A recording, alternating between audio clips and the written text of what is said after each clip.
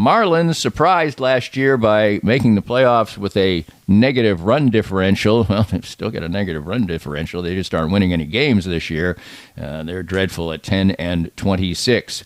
Brewers come to town. They have gone a little bit flat. Their offense has been better than expected, but not fantastic. They were shut out yesterday, but they've been a good, solid club for a long time. And despite a rash of injuries and shipping off a couple of their best pitchers in the offseason, they still are in first place, or not in first place, basically. In first place by percentage points. Cubs are not any games back, but they've played less, so they've played a couple more, actually, and so both teams are 13 games over 500, and basically in a tie for first place. The Reds have had the unbelievable Elly De La Cruz, who was on pace for 40 homers and 100 steals. I don't think he'll do that, but you never know, and they are just under the break-even point. Pirates have been sort of like the Mets. They were off to a sort of inverse of the Mets. They were off to a terrific start. Then they cooled off, and they're still pretty cool, although they won a couple games over the weekend, 3 games under 500. And the Cardinals have just been disappointing for 2 years now. They've been under 500 since the start of last season, and that is not very Cardinal-esque, to say the least. But they've got enough talent to turn it around, and we'll see if they do. Out west, the Dodgers are in first. That's expected. Shohei Ohtani is good. That's expected. How good is he, Ben? Well, unbelievable. 2 tape measure home runs yesterday. He's leading baseball in just about everything that Bobby Witt isn't.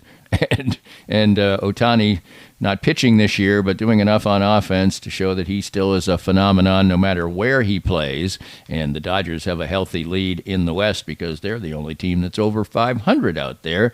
The Padres have sort of underachieved for years now. The Diamondbacks were a breakthrough story last year, but haven't gotten off the mark. Sort of a team version of a sophomore slump. They have all those great young players. They all sort of hit the ground running last year and has taken a step back this year. Their run differential indicates they should be better than 15-20, that's for sure, but that's what they are. And the Giants are kind of a nondescript bunch. They're also 15-20. And the Colorado Rockies, well, the less said about baseball in the Rockies, the better for them. They have been as bad as it gets in baseball, tied for the least amount of wins with merely 8 on the season. There's your Major League Roundup. Lots of things to talk about in the world of baseball and with the Royals. And now it's time to move on to other things. Well, Sporting Kansas City, they are in some trouble now. They have not won in their last 4 or 5 games. They lose on Saturday night, and they fall in that one by a count of 1-0.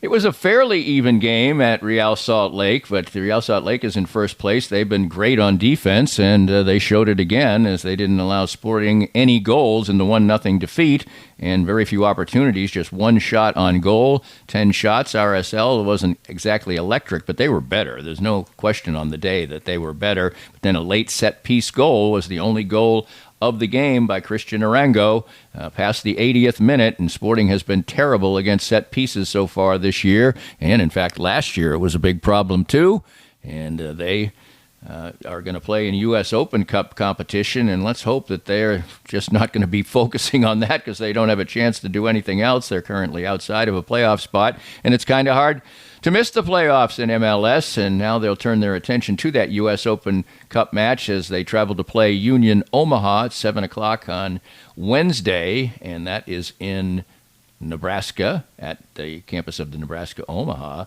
and that'll be a round of 32 match there. Peter Vermees continues to take the high road on his team. I don't know, there's frustration that's got to be starting to get to be there a little bit. Sporting has 2 wins, 4 losses, 5 draws, and those 2 wins came early. Only 11 points so far this season, but still, I mean, look at Real Salt Lake's in first place, and they've only got 18 points. So there's still time to do some damage and come back around, but it has been frustrating going for Sporting KC. It was a frustrating day for the Kansas City Current, or their fans, both actually. You don't have a 4-hour rain delay and have it be good fun.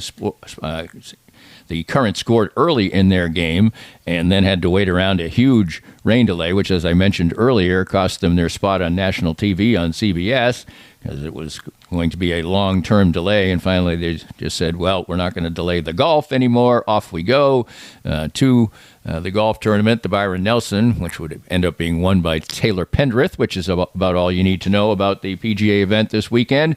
Anyway, the Current give up a late goal in the 71st minute to equalize, but still they are undefeated on the season. Still a great story in NWSL, and really a Kansas City sensation so far this year between the big crowds and the great performances, including scoring a bunch of goals until their game on Sunday. Just one in a 1-1 draw against Houston. The Chiefs wrap up their rookie minicamp. The NFL finds a way to make news all the time, and they follow up the draft with the minicamp quickly, and there's lots of interviews with the free agents and the rookies and players that you'll probably not get to know because they won't be around for long, and maybe somebody who breaks through. But the story of the first day was the fact that they sent out Xavier Worthy on a windy day and got the jugs gun set up and kicked a few punts from the punter as well, and he kept dropping them. And then it carried over into the drills, and he started dropping passes there. Looks like he settled things down the last couple of days. I don't think it's a big concern now, but the little scraps of information when you're talking about the number one draft choice are things that are important to some, maybe not as quite as important to me, but anyway, Xavier Worthy is probably going to be a fine football player for the Kansas City Chiefs, but off to a bit of a rocky start. Well, if you like to expand your horizons as far as sports are concerned, you had the NBA and NHL playoffs. The Bruins advanced in a seventh game. You had the Cleveland Cavaliers yesterday in a seventh game. The Dallas Mavericks knocked out the defending champions. The Dallas hockey team that knocked out the defending champion Las Vegas Knights, as the Dallas Stars were winners in a seventh game. So a lot of seventh game action, and we started up the second round, and the defending NBA champions were beaten in their first game. They'll play tonight against Minnesota, needing a win, or they would drop their first two games at home, and obviously that is less than ideal in that particular situation. But I liked watching the NBA games fast, like it's DVR'd earlier in the evening, because one thing that happens is the end of the games take forever because they review everything, and there's big runs in NBA games. If a team gets up by even 20 points in the first half, it really doesn't mean anything. These teams score so easily on each other. A lot of athletic excellence. In hockey, I watched the end of the game last night, the Rangers game, for just a few minutes with Sean McDonough, who is the best at everything he does on the call. And that's just great fun. But the bandwidth is stretched a lot of times. I'll tell you, yesterday, first of all, I had a couple friends over for some grilling. Then, you got the Royals, you got golf, which I watch pretty much no matter what. Watch the soccer game in the morning, some other baseball, then the NBA's on at noon. And it's all kinds of stuff to catch up on. The Current we're playing, that sort of turned into a mess, so I only saw the opening part of that. But, how much can you do? Well, if you were patient again, there was a rain delay here in Kansas at the Kansas Speedway, and it came down in the evening to Kyle Larson winning by the tightest margin in the history of NASCAR, .001. It looked, in fact, it was declared on the scoreboard, or at least unofficially at the beginning, that Chris Buescher had won the race at Kansas Speedway. But after video review, it definitely was by the slightest of margins, not even a bumper, that Kyle Larson was the winner there. And it was really just about that close at the Kentucky Derby, as Mystic Dan was the winner there, as it got the lead headed down the stretch, and actually had a 2 or 3 length lead, but hung on for dear life and won by a nostril or a nose or whatever. So big time excitement for both of those particular events, and coming right down to the finish. I don't know how everybody watches all these streaming shows if they're a sports fan. How do you do it, folks?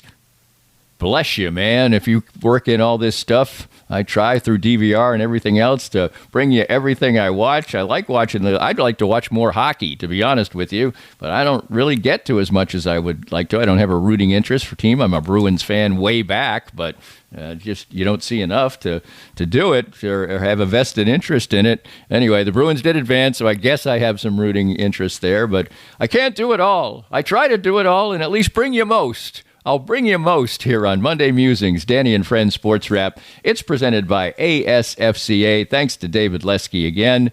You go make yourself feel better at an advanced sports and family chiropractic and acupuncture, and join us all week long for all the variety of different things we bring you at the Reasonably Irreverent Podcast. Thanks for listening. Enjoy all the sports that I just talked about, and maybe work in a little real life too. All the best. We hope you enjoyed the latest Danny Klingscale Reasonably Irreverent podcast. Come back soon for something fresh and new. This podcast was made possible by our great sponsors like Advanced Sports and Family Chiropractic and Acupuncture, with 8 convenient locations in the Kansas City metro. Dr. Brad Woodall and his friendly team will improve your health and outlook with every visit. Find out more at asfca.com/Danny.